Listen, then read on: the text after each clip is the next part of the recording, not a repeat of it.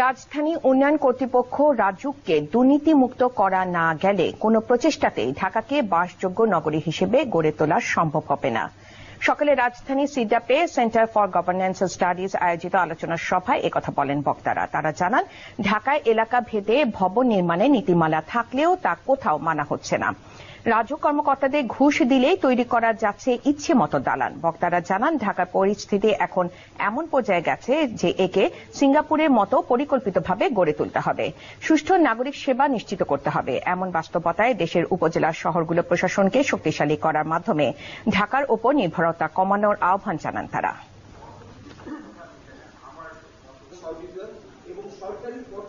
যত আইন কঠিন করি তত ওর আয় বাড়ে, ওর ভিতর থেকে একটা পথ বের করে ফেলে, একটা সুযোগ বের করে ফেলে।